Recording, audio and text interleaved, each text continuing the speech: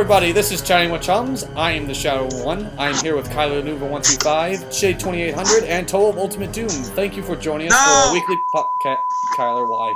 You just had to interrupt me, Kyler. I did not me. God damn it. He's not taking credit for saying. He's not taking credit for my fuck up of your intro.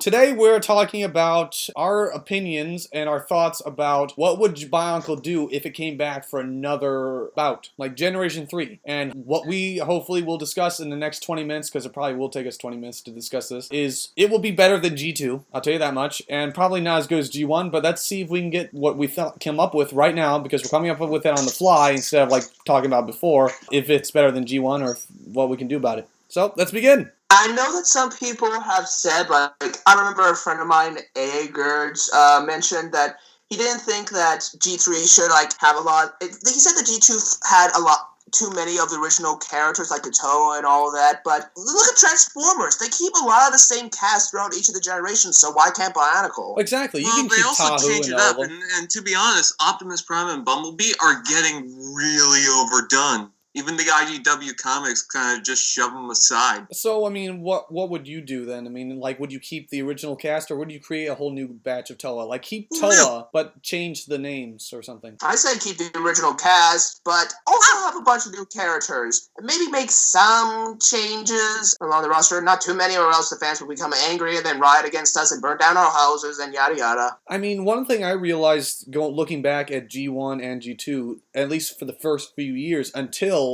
I believe 2005 or 2004, is that none of the villains were characters. Like, we had Makuta, at first was just the guy in the shadows who had no personality, and then by Time Trap we really got to know who he was. And then we had the Borak, who were just machines. We had the Rakshi, who were just like monsters. Borak were also just machines. And then the Vaki, who were just machines. And then we had Nadiki and Kraka, and then those were actually characters. Then Rudaka, Sidrak, and then of course the Paraka, who really changed everything after that. Yo, Paraka! Yo, Paraka!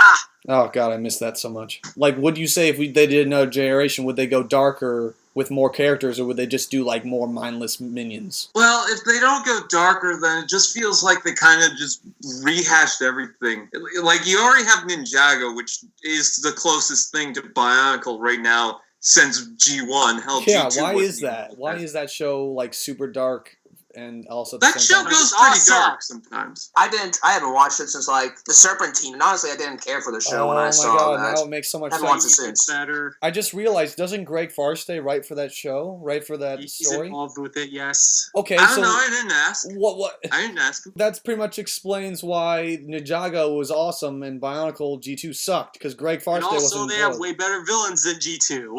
So- Also, the Ninjago contests aren't just from, like, the community that already knows about the fucking show. I think people give Greg Farstay too much shit. He really did a lot of the work to make Bionicle G1 work. Well, it's also kind of a meme to do that now. Well, I mean, He also tried to continue Bionicle after it was dead. We I mean, know that, and it never went anywhere. with the serials, I mean, well, he did a great job though with those serials before they stopped continuing. Yeah, but they never ended. I know, I'm pissed about that. I mean, that'd be Yeah, but at the too, same and there's time, I'm pretty sure all of us have projects from, like, YouTube and whatnot where we never finished them or canceled them or Yeah, something. but I that's mean, at basically least- what happened. But at least It's YouTube's trying... fault they copyrighted our series. Yeah, at least we're trying to continue the G1 story. We got CTD. But I mean, what would you do with G3? I mean, what would you do personally? I'd do nothing. I'd stay with G1.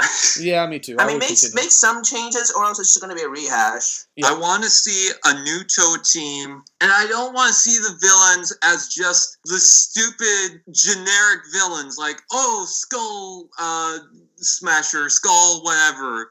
Like, that's what I was hoping for in Generation 2, Wave 2 villains, Yeah. is that we actually get some named characters. All we got was Umarak.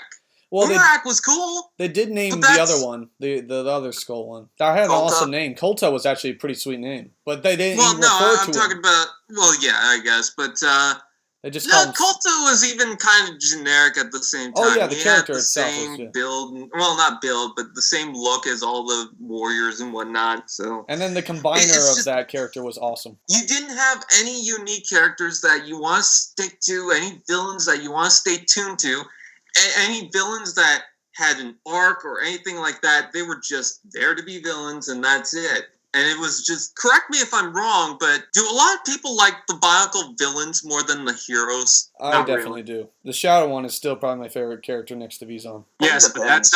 it's not you. It's talking about like the general populace. Like who, when you think of Oh. Bionicle, what do you think of first? Well, I Because, mean, like, that's if what I'm think of saying. I Bionicle- think if I was a random person and heard Bionicle, and like I knew a little bit about it, the first thing I think of is, of course, Toa. Oh, Okay. okay. Good would probably be the second Oh, thing. I see what you're talking about.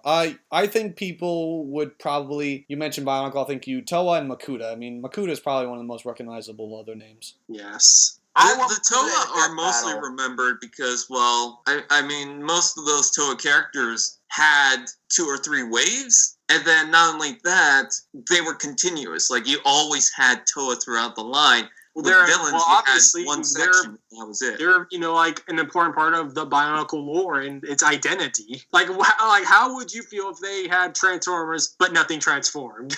Yeah. Basically, Michael Bay's movies. Ain't that the truth? Yeah. You're right. If you had Toa throughout the entire line, what would you think if the Paraka actually became characters that evolved throughout the entire story, but there was still the Paraka? I would love it. Because the Paraka and Baraki were probably some of the best villains ever done. Like as I'm making the argument, the 2 villains that I'm thinking of is Baraki and Paraka. Hell, Borak could have worked. A lot of people wanted to see Borak, and they were still generic. I mean, But hell, they they got had the a Borak uniqueness cows. to it. The Boraka were characters, I believe. If I recall, they actually were characters. When you said you wanted the Paraka to evolve, now I'm just thinking that the Paraka is like a mafia gang, and there's almost like gang wars in between them, like one of them's taking leader. I don't know. When you said evolve and change, Yeah. make one of them like sound like the Godfather. I can't really do a good impression. Oh, that's kind of weird. Godfather's on right now. I'm watching it. But another thing I also realized, the Makuta and Cardanua were also characters. Like, Krika was probably one of the coolest Makuta, and he was also the one with the most regret, really. You never think a villain would actually have regret. Like, oh my god, why am I part of this? Like, if I And don't... again, that's another thing about Bionicle. They have like 3-dimensional characters that G2 did not. And another thing, they killed characters a lot. Yes. A lot of people died. Well, technically more. Not really in the first few years, but definitely later on. Well, I mean, in 2004, they Even killed in Nadiki and G1, Kraka. some characters died off screen, but they still died. A lot of characters died horribly. Nadiki and Kraka were If we both have absorbed a Generation painfully. 3, Sidorak and was they bring- crushed to death by Kitangu. In my New Online game, they mentioned that a lot of Matorans were killed in the Rahi War. Oh yeah, a lot of Matarna were killed there. And let's face it, the Krana, when you think about it conceptually, are actually pretty darn scary. I mean, the first teaser we saw of them, they throw their mask at Tahu, and then His eyes and turn then red. you know stuff's going to go down. You know things aren't going to be right. Yeah, like, do we have to mention what happened to Liwa all that time?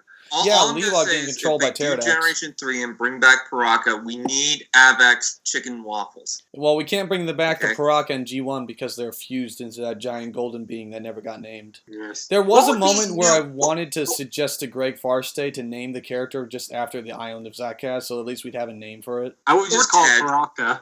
Like, the Paraka. And then that actually would be a good idea, but we never had the chance because they canceled the freaking Lego message boards. Thanks, Lego. What kind of new characters would we want to see? Firstly, no one named Lord of Skull Spiders. Yeah, Secondly, no titles. No I one just want named names. Skull Grinder. No titles, just names. Like Makuta was a name, and it should stay a name, or it should be like a title. I mean, I guess Makuta could be a title, but not like Lord of the Shadow or something that's dumb. Lord of the Flies. Remember when even the Borak, like you could have an armada of Borak, but they still had the names Tenok, Levac. Yes. Yeah, and all the Rakshi all had individual names too. Yeah. Even the Vakis have individual names. The Vaki God, were some of the worst characters. I wouldn't mind No, if but they still have names. Vaki No, again. exactly. Like, I don't disagree. Vakis are pretty much Beast Machines Viacons, if anyone remembers those, but they're still cool. Yeah, I rebuilt some of my Vaki. Even the worst G1 characters are better than most of the best G2 characters. The Vaki had more character than any of the G2 Bionicle characters, honestly. I mean, if you take a look at the G2 biographies, especially for the original Toa, those descriptions have more personality than the Toa did in the animations. Which in made Period me 1. really upset. And I'm I was thinking thinking of as someone who some doesn't hate personalities in these- G2. Golly is someone that likes puns. Name one pun that she did. I'll flush them away.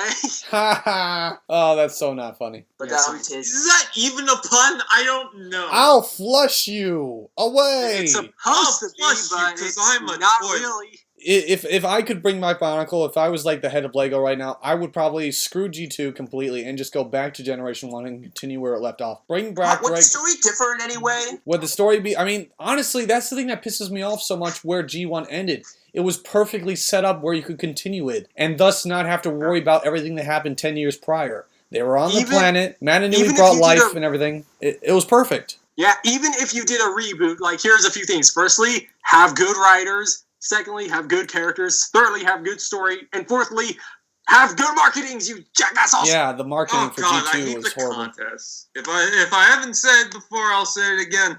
The contest pissed me off because, we're going to do a contest, but only have it in Bionicle communities that already know about the toy line. Why do you think it went downhill? Also, they never promoted them, really. I mean, you heard more about Lego Dimensions, Lego Ninjago, Lego Minecraft, hell, even Lego Angry Birds more than Bionicle. Yes, exactly. I'll be right back. You gotta insert as much time into the other stuff.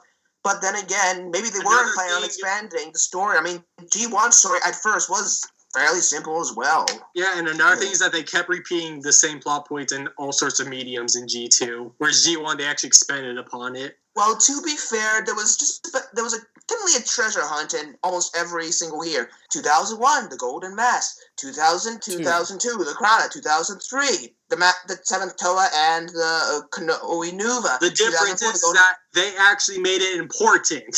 Yeah, G2 never didn't have anything going for it. It's just they expected everyone to just be stupid, and people want dark, complex stuff. Well, I'm not saying there isn't room for lightheartedness. I'm sure in like a G3 you can find a nice mix. But if you don't have substance, then are people really going to return to it? You can have.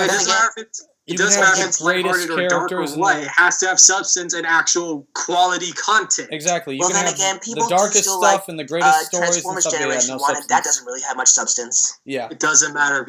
Those are like 80s fans. Right. Yeah, it's one different. That and G.I. Joe show, it seems to be definitely stuff that people just remember fondly just because of nostalgia. Not even really so, fondly. it's like at least they grew up with it. Like I don't really know how many people that grew up with G2. Yeah, me neither. Well, maybe. I wouldn't be surprised. If For the 2 years, like I remember that was something. Well, I'm sure there are at least a few people on Bio 2. Like all 5 people. All of 5 people like G2 who are introduced to G2. All right, I think we probably milked the hell out of this discussion. So we did, and I am happy because discussing G3. Yes, G1 forever. I kept trying to talk G3, but we kept going off into. Yeah, it's simple. Right. Don't do a G2 and G3 will be fine. Yeah, all right. Or maybe just don't do a G3 and let people remember the old. I mean, we will share our experiences with our children and our grandchildren about Bionicle, and we'll probably make Bionicle inspire us in our own creations. I know I have ideas for maybe a spiritual successor as a video game. We'll all be able to continue the legacy somehow. Yeah. Especially with our own films, we need to find a way to just continue. Yes, keep it alive. That's what I say. I mean, that's what we all need to do. Just keep our films, keep the story of Bionicle alive with our films. All right, this is Chatting with Chums. I'm Shadow One. I'm here with Kylie Newver 135, Shade 2800, and Tobo of Ultimate Doom. Thank you for joining us for our podcast on Bionicle G1, G2, and G3. We'll be seeing you next week with another episode. Bye bye.